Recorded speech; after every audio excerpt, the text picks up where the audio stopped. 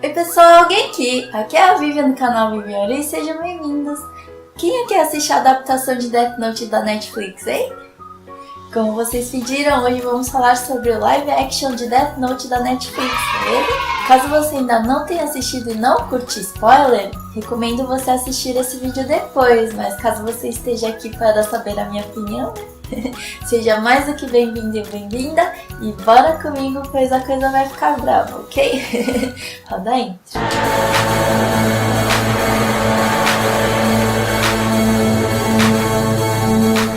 Bom, para quem não conhece a obra, Death Note é literalmente o caderno da morte. Sabendo o rosto e o nome completo, é só escrever o nome da pessoa no caderno que ela morre. O caderno cai nas mãos de um estudante de colegial brilhante chamado Light, que, cansado da impunidade, decide fazer a justiça com as próprias mãos, começando a matar vários criminosos com o seu Death Note, diminuindo a criminalidade e as pessoas passam a chamar esse justiceiro secreto de Kira. Nisso aparece um dos detetives mais fodásticos, conhecido como El, que se interessa pelo caso e decide que vai capturar o Kira. Assisti o anime, o live action japonês e da Netflix, e sem dúvidas houve várias mudanças em ambos os filmes, mas o que me mais deu a sensação de que era uma adaptação de Death Note foi o live action japonês, com certeza. A primeira vez que assisti o live action da Netflix, confesso que eu acabei dormindo.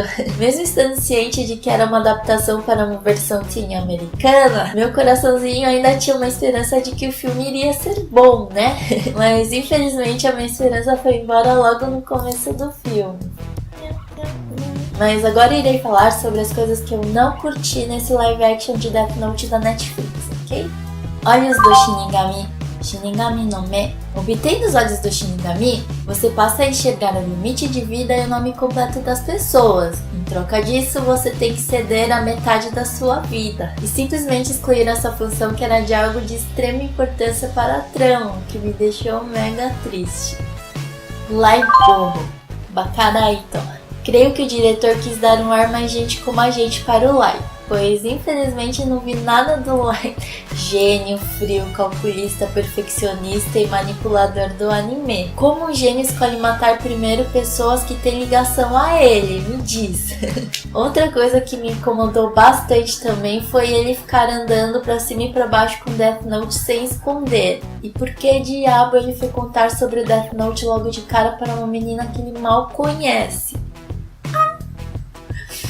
Não dá pra entender. Sorte a dele que a menina era mais psicopata do que ele, pois se fosse alguém com senso comum, sairia correndo, né? Mas enfim, o Kira original fazia de tudo para esconder o Death Note e as pessoas envolvidas geralmente eram escolhidas a dedo por ele, exceto a Missa, é claro.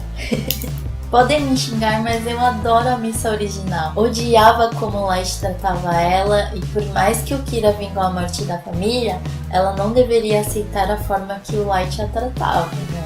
A Missa que virou Mia é praticamente o oposto da Missa. Forte e manipuladora, eu não entendi o porquê dela continuar com o Light, mesmo depois dele ter confessado que matou alguém e logo em seguida provou com o poder do Death Note na frente dela. Mas mesmo depois de todas aquelas cenas desnecessárias dos dois se pegando, não me convenceram como casal. Sem falar que a Mia parecia ter bem mais características do Kira do que o próprio Light. Eu consigo visualizar ela escrevendo no Death Note o nome do namorado para um bem maior, mas não ele escrevendo dela, não esse Light.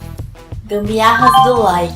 Daito no Kozaiku. Senti muita falta dos paranauês que o Light criava para não ser pego, como a escrivaninha do fundo falso, o ângulo da maçaneta e o grafite que ele deixava na porta para ver se alguém entrou no quarto, ou o relógio com um pedacinho do Death Note, ou o saco de batatinhas com a mini TV dentro, e por aí vai. Eram sacadas geniais e mostravam o quanto o Light era cauteloso e genial. Uma pena que não teve nada parecido no filme. É o pavio curto, Kanjou Tekina Eru.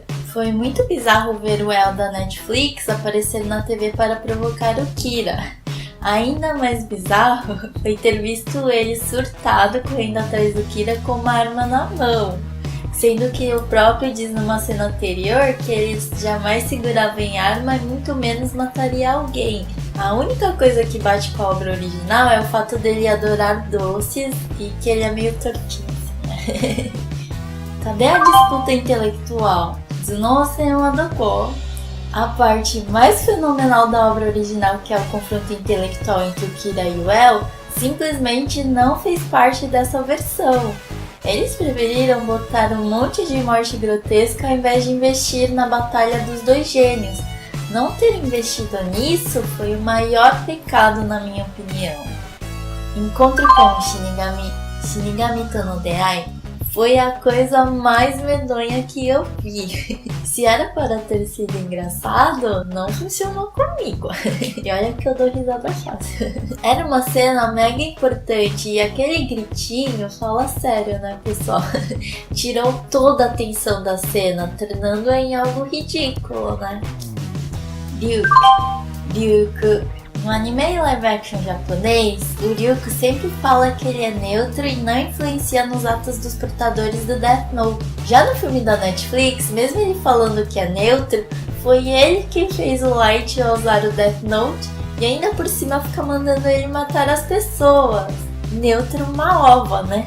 Mas o Willem Dafoe ficou incrível na voz de Ryuko. Mortes grotescas, Gurui Shinikata.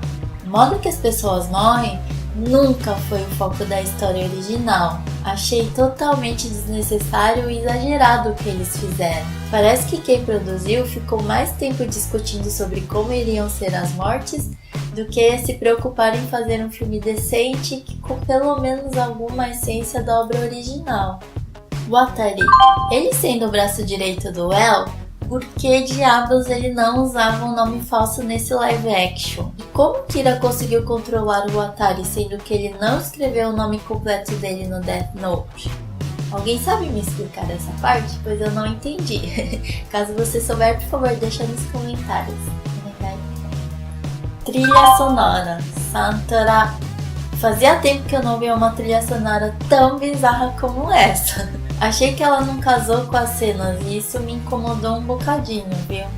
Detesto criticar o trabalho dos outros, então tentei procurar algo que me agradou nesse filme. Além da voz do Willem Dafoe como Ryuko, teve uma coisa que gostei foi da fotografia refinada. Teve alguns takes bem bacanas e interessantes e achei superior ao live action japonês, mas foi só isso mesmo.